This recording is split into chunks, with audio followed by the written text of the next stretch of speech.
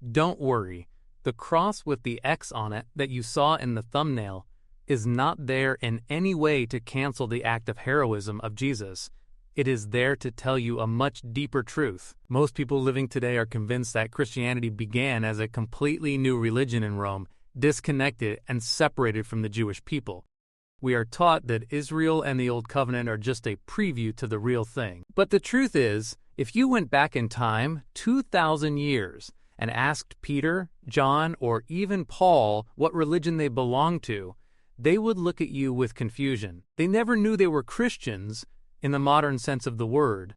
They called themselves the Way, and they saw the Messiah as the fulfillment of Judaism, not its cancellation.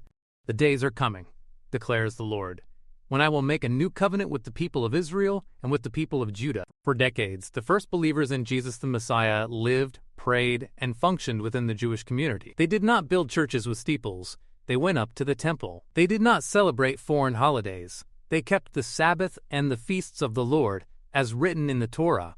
For them, faith in the Messiah was the most Jewish thing possible.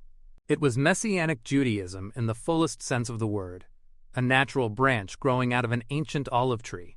However, I admit that I worship the God of our ancestors as a follower of the Way, which they call a sect. I believe everything that is in accordance with the law and that is written in the prophets. But then Rome came.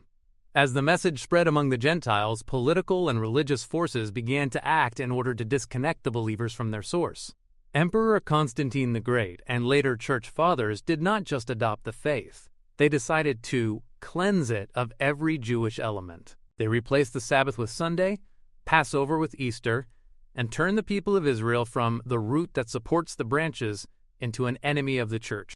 At that point in history, the original faith was replaced by an institutional, political, and disconnected religion, leaving millions of believers uprooted from their spiritual soil without even realizing it.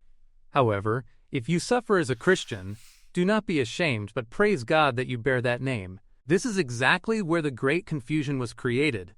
Many point to Peter's letter and say, look, it says we are Christians, so why are you saying this is not a new religion? But if you look closely, you will discover that the word Christian at that time was actually a term of mockery.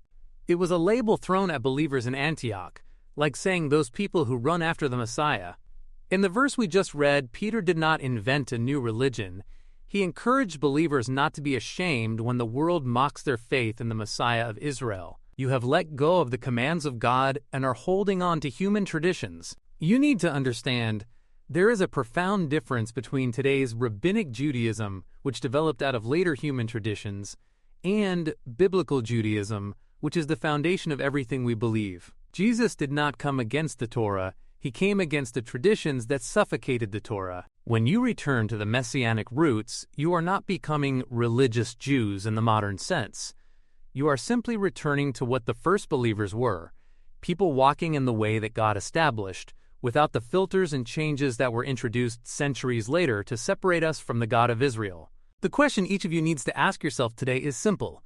Do you want to continue holding on to a branch that someone cut off from the tree, or do you want to reconnect to the roots that give life? Your faith did not begin in Rome. It began in Zion.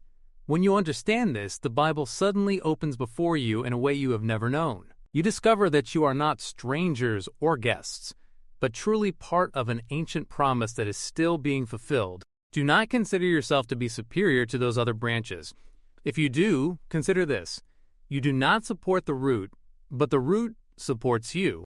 It is written here in Romans that you, the believers from the nations, were grafted into the olive tree of Israel. You do not carry the root carries you. So do not let human traditions continue to separate you from the truth.